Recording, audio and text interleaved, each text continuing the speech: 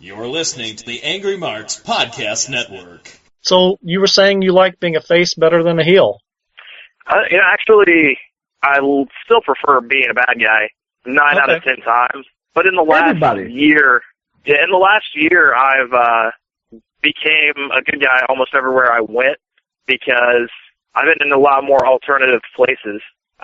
So like, I'm going to get cheered in a town like Bloomington much more than I will in, Lafayette or something like that, or Chicago even. So it really depends. And then, if you get to be at some place so long and you're that good of a bad guy, the crowd's going to start respecting that you're that good of a bad guy, and they're going to start cheering you. So that's what's happened with me at Strong Style and some of the places in northern Indiana. And then I got to do some traveling, over to Europe over the last couple of months. And, right when I get to show them some of my skill and they see that I have an alternative look, it just makes me this huge good guy, which is, unexpected to me, but I do enjoy it for time to time. This is the Undisputed Wrestling Show. You can find us at www.AngryMarks.com and also at www.theundisputedwrestlingshow.weebly.com. Check out all of our shows that we've ever done. If you want to hear how our conversation with Ahmed Johnson went, by all means, pull up in the archive section and look it up, and you can listen to the entire show. But we have Jake Omen on right now, and that was my next question heading to you, Jake, is besides the state of Indiana and obviously dabbling in Ohio, where else have you been? Yeah, I even over the last couple of years have tried to stay out of Indiana as much as I can, just because there's not a huge scene. But I'm glad Infinity's back and Strong Style's going strong. A Rockstar has been a place I've done several month programs for a few over the last few years. That's in Dayton, right, Jake? Yeah, it is. Okay. And then, I used to get up to Michigan quite often. I did Price of Glory a lot. And then Mr. Chainsaw, up in way northern Michigan, up near the UP is another great fed. And then in September and August, I got to go over to Europe for a little while. So, I wrestled in, all the Scandinavian countries, which was a tremendous experience for a million different reasons. I could talk about it for hours, but, different style, different ways of communication, working with guys that speak different languages, everything like that, and how I was embraced and how different the fans are over there. That's definitely been the highlight of my career. Tell us. We'd love to hear about your European experience. Yeah, well, I did I was in front of the best crowd I've ever been in front of in my life in southern Sweden. And, they had, 500 people packed into a place that should probably hold 200 or 300, and every single one of them into it. And the prices over there are expensive, so they're paying a ton to even come in. And just the most wild fans I've ever been in front of. I had one of the craziest matches I've ever had over there.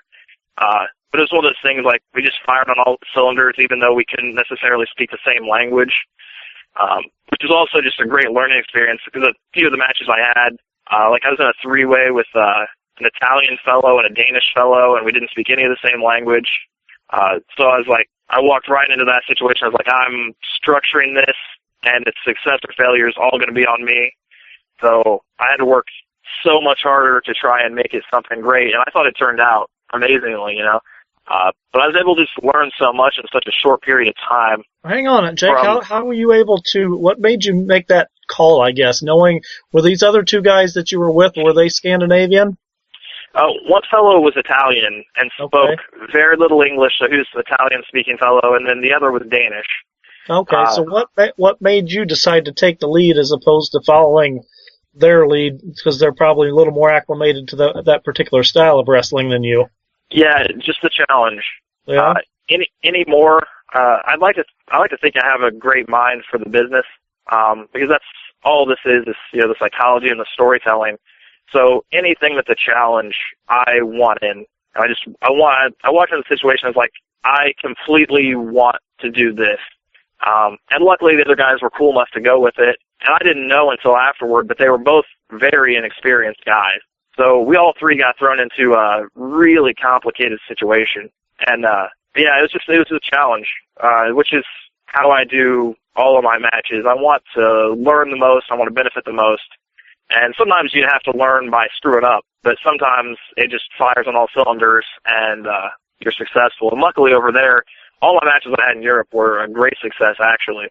I learned a new type of confidence where I know when it comes to stepping into a locker room in the Midwest that I know what I'm doing and I'm confident and I'm one of the best there. And I was in this whole new sea of people and no one knows who I am and they don't have a lot of respect for me. I have to earn all their respect and trust. And I just found out, it's the same over there as it is here. The guys are pretty much of the same mentality and we're all working hard. And it's just a huge confidence booster. I feel like now that I've been back in the States, my matches have been so much better just because I learned a different confidence from being over there. Now, before I kick it back over to the National Wrestling Alliance Continental Champion, Will Huckabee, because I know Will's going to have some wrestling, a pro wrestler's perspective on your experiences over there, and we'll ask you a little bit more involved questions like that. I guess I want to know how you got booked over there in the first place. Lots of luck, really. We want to film every match we have, and we want to put it on YouTube, and we want to promote and all that. So, I don't have a website. I just have a fan page on Facebook. So I communicate with a lot of fans that way and promoters that way. And really, I just started talking to different European wrestlers. Became friends with them and would send them matches every now and then, and they'd send me matches and all that. And I just talked about how much I wanted to travel internationally, which I think everyone who is a wrestler, they want to try and break out and they want to go experience this and experience that. And it just came to the point where there were plenty of shows in that area that all coincided successfully. So, I was Saturday in Norway, and there was a show, shows the next week, Saturday in Norway, and then Sweden, and then a show in Denmark the next day, and then Finland the next week.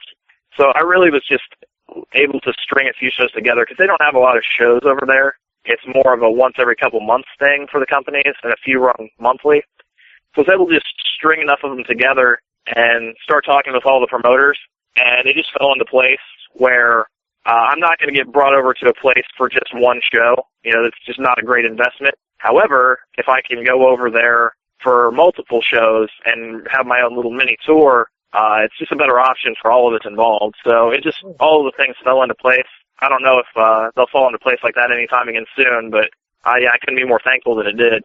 So, Will Huckabee, what kind of inside questions you want to ask about Jake's experiences in Europe? Yeah, my first question is, how is the work style different? You hear about Mexico, they have the fast-paced lucha libre style, where there's more rolls than bumps. In Japan, they have the strong style. So what is the actual style like wrestling, not only in Sweden and Norway, but in Europe overall? And is it different from country to country like it is here in the States? I mean, is it catch as catch just like Germany? Or that's a good question, Will.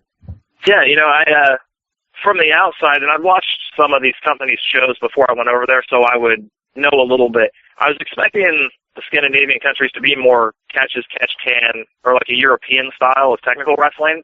But the places I went, it was essentially an American style. So it wasn't a huge change, except for they like a different type of brawling and to mix in a little hardcore with the matches. So that's a little bit out of my wheelhouse, but we were able to go with it. Like, the fans over there are, I think, in general, a lot smarter, and they want more of a shock value type thing. So I didn't get to wrestle in England and do the technical stuff, and I know in Germany it's a little different too, where it's going to be a little more hard-hitting, or like a Ring of Honor type style. But the countries I went to were pretty Americanized as far as wrestling goes.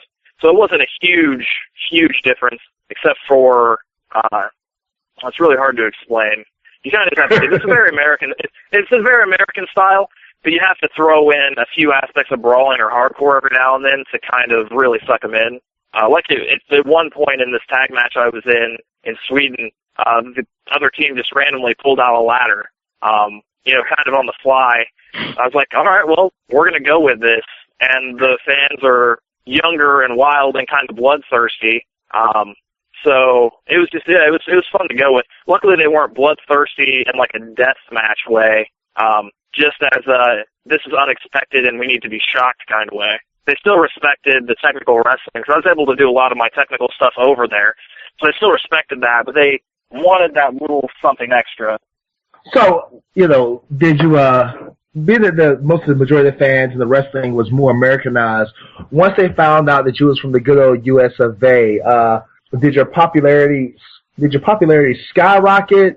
Were the fans like chasing you afterwards? How were the boys in the back? I mean, how was your experience being the American wrestling over there? Well, honestly, they were the nicest locker rooms I've ever been in.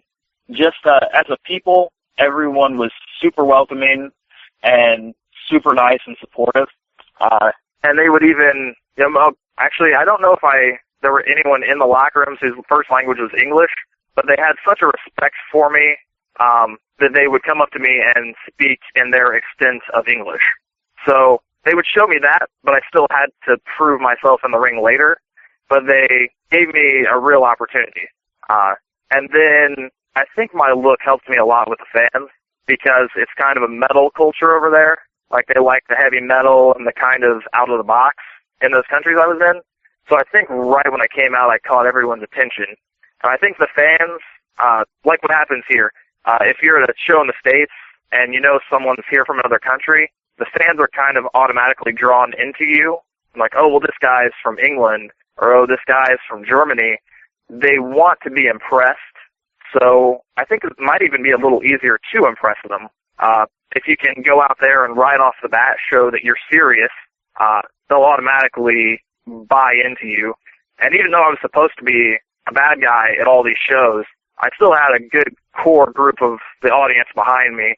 I'm the special attraction too, so that doesn't hurt. Yeah, it was a great experience, and especially after all the shows, all the wrestlers were, my best friend, and all the fans were all about it. I really wish I had been able to shove more of my T-shirts into my little carry-on bag, because I sold through them so fast. And I had so many people asking for them. But I only took a carry-on bag for the whole trip, so I can only shove like 8 T-shirts in my bag. But man, I could have made some cash if I'd had some more. Now you've been wrestling for 10 years now, so you're at that line in professional wrestling that I like to call, the veteran. You're basically almost considered a veteran now. Is that how you feel? Yeah, I don't feel that way at all. But I had this conversation just a few weeks ago with my buddy Scotty Young, where, we're the guys in locker rooms now where people come up and ask for our opinion and to help them put stuff together and to watch their match and give feedback, and it's so odd to us. We still feel 18, like, we're 26 and 28 now, and unknowingly we've been around for a long time, but I still feel young, I still feel spry, I feel good, so I don't think of myself as a veteran at all. It's weird to me. But every now and then I'll definitely take advantage of pulling the vet card on people. Like, you're working with somebody a little younger perhaps, and they throw you a few ideas. It's a lot easier to shut them down, or, be like, actually, let me teach you a quick lesson on this, And, Jake, if you're a promoter now, then you're a veteran. Oh, it's true, yeah. You'd be surprised. Even some of the guys that I look at as veterans have, come to me for advice, or, hit me up about my show and, giving me good feedback and ask for my ideas, which is just crazy. So, when a young kid comes up, some green kid comes up, he's looking for advice.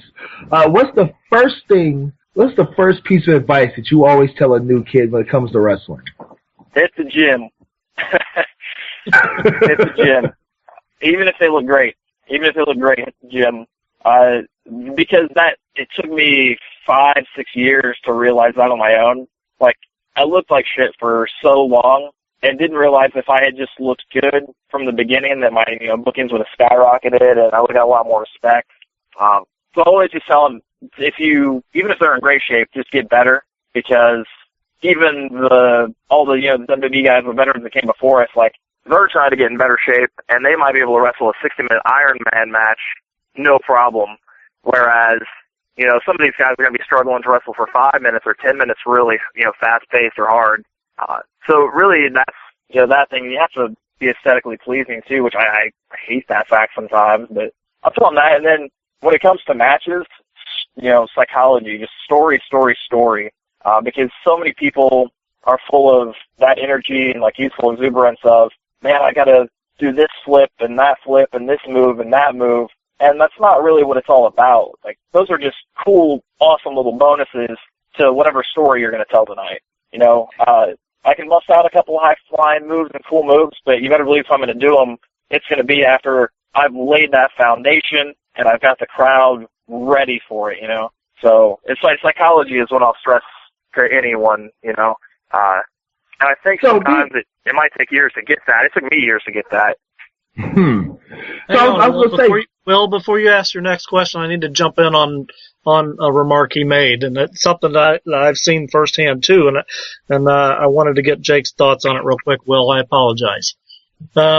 Jake, I've been down to some promotions in South Central Indiana where you could literally find bean poles in the ring. I guess regardless of how talented they may be in the ring, how passionate they may be about being in the ring, there's still a certain dynamic of reality. And when you're sitting in your seat watching a match, regardless of the talent level of the guy, and you know damn good well you could beat the living crap out of him yourself, yep, it loses a lot of prestige and loses a lot of, like I said, that reality.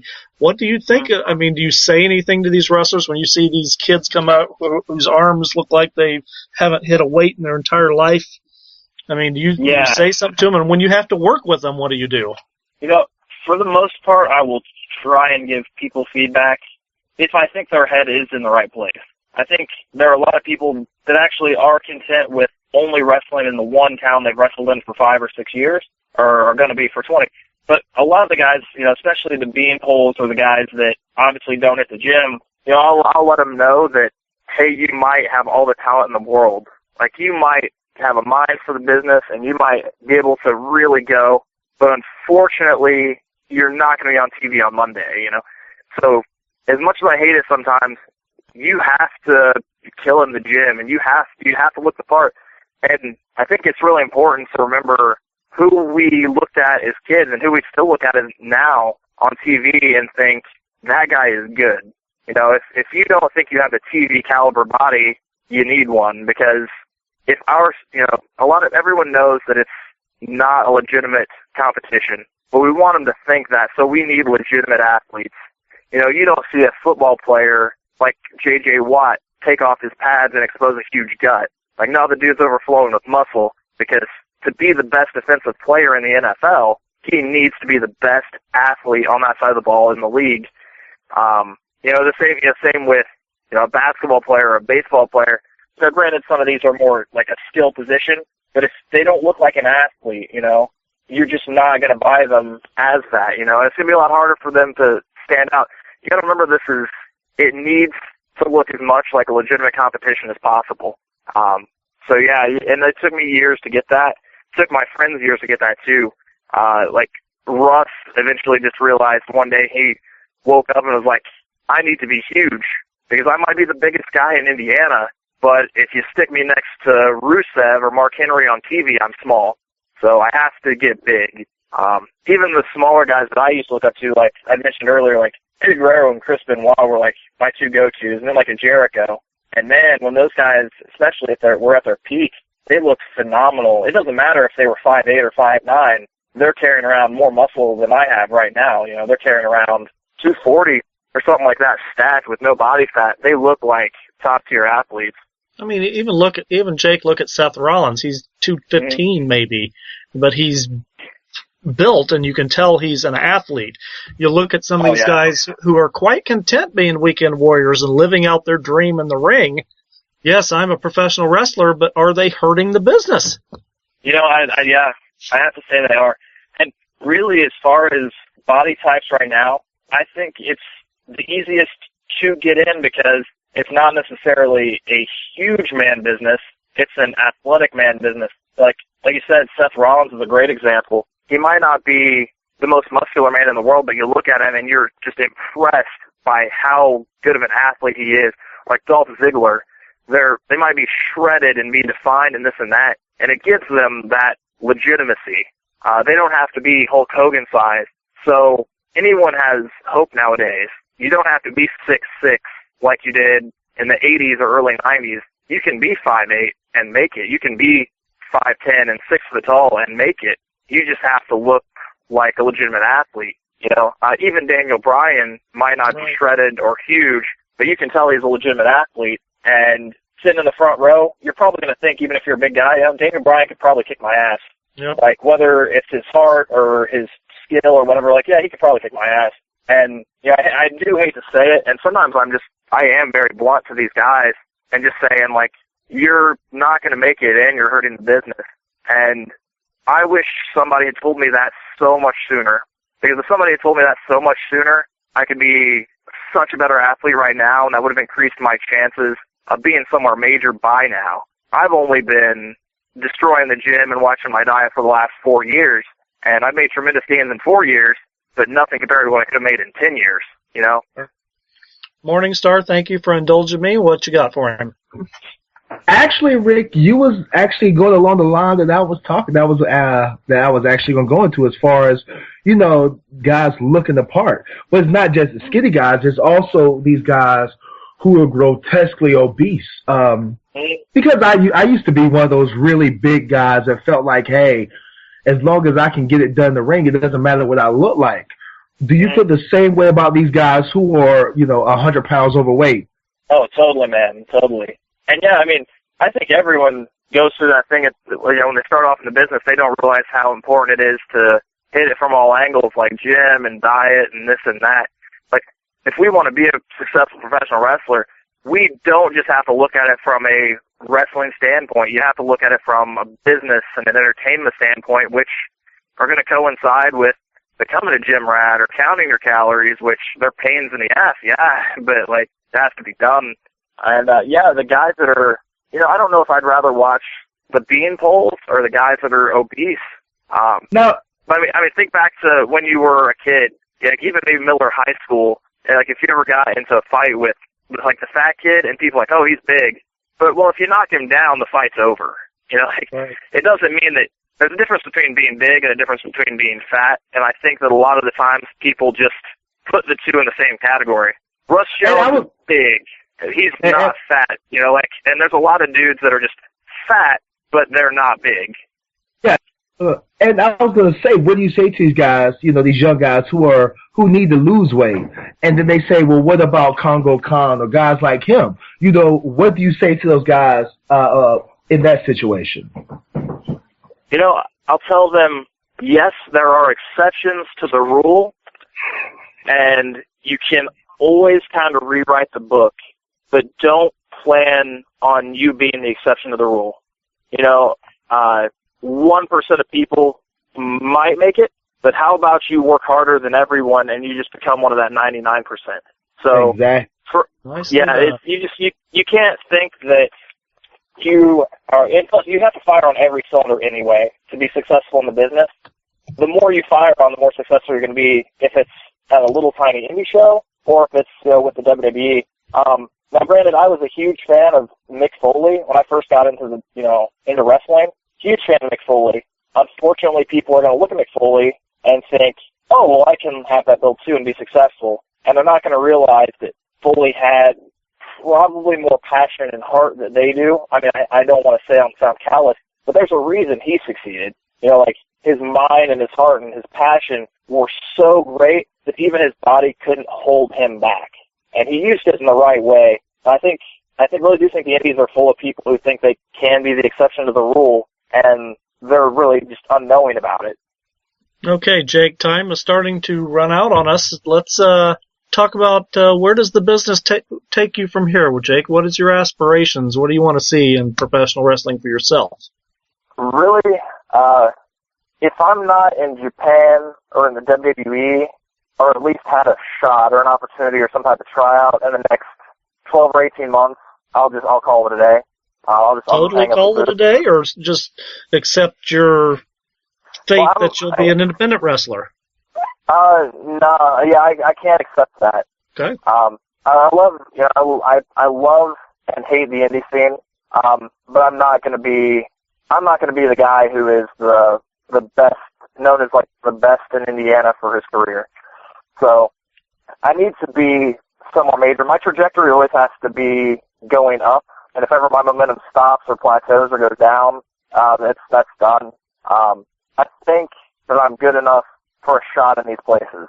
I think that at the moment I'm athletic enough for a shot at these places, and then when I get there, I'll just become better, and I will look better, and I'll be a better athlete, and a better worker and storyteller and all that. So I really need to bust through where I am right now. I'm at a plateau at the moment, so I really need to get through that.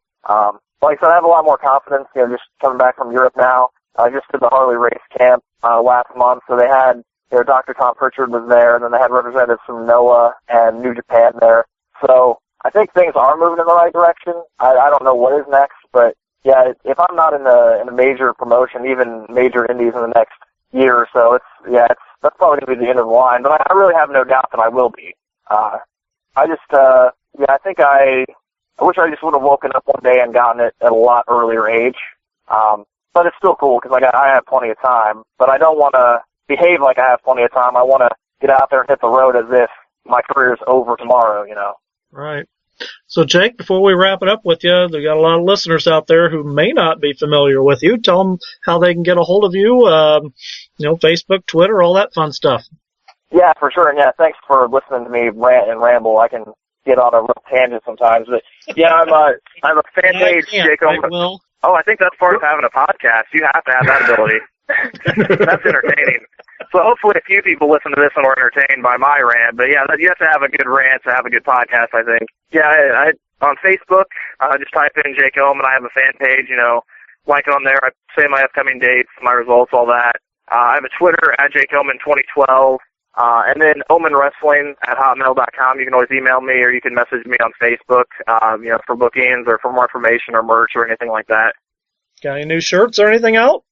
Yeah, in the last month I've gotten a couple of new shirts, couple different designs to choose from. One's a little serious, one's a little goofy. I have a couple DVDs for sale, couple different things like that. A lot of promo pics for sale all the time at my shows where you can order them online. And things are going to pick up. I'll have some new DVDs out pretty soon. I've had so many good matches over the last 6 months or a year that I really want to show, get out there. Some are available online, some aren't, unfortunately. But, just YouTube me and just type in Jake Omen and find something recent over the last year or so, and I think you can be impressed. Did you have your matches recorded from Europe? I've been sent some of the links, but I haven't been able to, break my matches apart and upload them or anything. Those are probably ones I'm going to have to put on a DVD because these companies also sell DVDs. I don't know how they're going to feel about it if I put them on YouTube. I do think I have a 3-way match from Denmark on YouTube, so you can always YouTube that and then Dance Pro Wrestling and find that one. When's the next White River Wrestling show taking place? Do we know yet? No, we're not sure quite yet. I'm thinking probably March, but I have a lot to try and nail down before then. And like I said, I've been concentrating so much on trying to get myself out there that sometimes it's hard to plan around my own schedule and plan around my own things. I always want to be ready to leave and go somewhere at the drop of a hat. So if I were to get another chance to go to Europe or get a chance to go to Puerto Rico or something like that, I'd hate to turn it down because I have my show coming up. Right. So it's tricky, but hopefully in the next few weeks we'll have a next date. I tell you what, keep us in mind. We'd love to have you back on the show, Jake. And anytime you've got shows you need to promote, hit us up and we'll talk about it. And you were awesome. We appreciate it. Oh, thanks a ton. And White River Wrestling too on Facebook. You guys can give it a like. I've been putting some of the matches up from the last shows. We haven't got around to doing DVDs, so all the shows are going to be posted online, all the matches, so people can give that a look. Awesome. I thank you much, Jake. We'll talk to you soon, brother. Oh, yeah, thank you fellas a lot. It was a blast.